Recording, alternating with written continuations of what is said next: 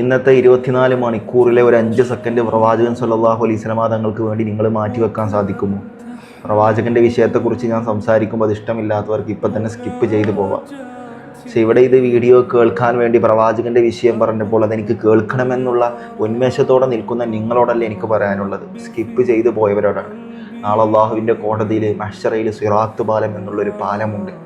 മുടിയേക്കാൾ ലോലമായ വാളിനേക്കാൾ മൂർച്ചയുള്ള കൂരിരുട്ട് നിറഞ്ഞ അടിയിൽ നരകം പാകം ചെയ്യപ്പെട്ട സിറാത്ത് പാലം. ആ പാലം ഒന്നും മറികടക്കാൻ ഓരോ മനുഷ്യരും പ്രയാസപ്പെട്ടുകൊണ്ടിരിക്കുന്ന ആ ഒരു സിനറി, ആ ഒരു രംഗത്ത് ആ സിറാത്ത് പാലം വിട്ടുകടന്നിട്ട് ഒരൊറ്റ വ്യക്തി മാത്രമേ തിരികെ വരികയുള്ളൂ. സിറാത്ത് പാലം വിട്ടുകടന്നവരെല്ലാം പടച്ച റബ്ബിൻ്റെ മുമ്പിൽ സുജൂദിൽ വീഴും. കാരണം അത്രക്കും വലിയൊരു കടമ്പയാണത്.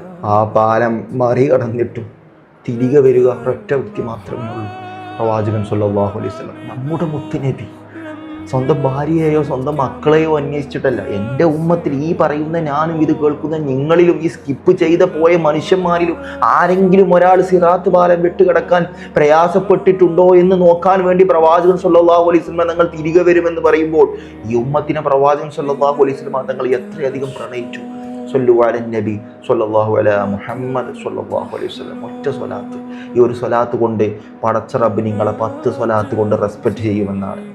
എൻ്റെ പ്രവാചകൻ്റെ മേലിൽ നിങ്ങൾ ഒരു സ്വലാത്ത് ചൊല്ലിയതിനാൽ നിന്റെ മേലിൽ 10 സ്വലാത്ത് പടച്ച റബ്ബ് ചൊല്ലും.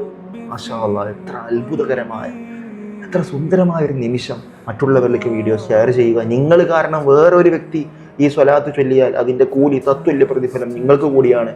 ഇൻഷാ അല്ലാഹ്. അസ്സലാമു അലൈക്കും വറഹ്മത്തുള്ളാഹി തആല വബറകാതുഹു.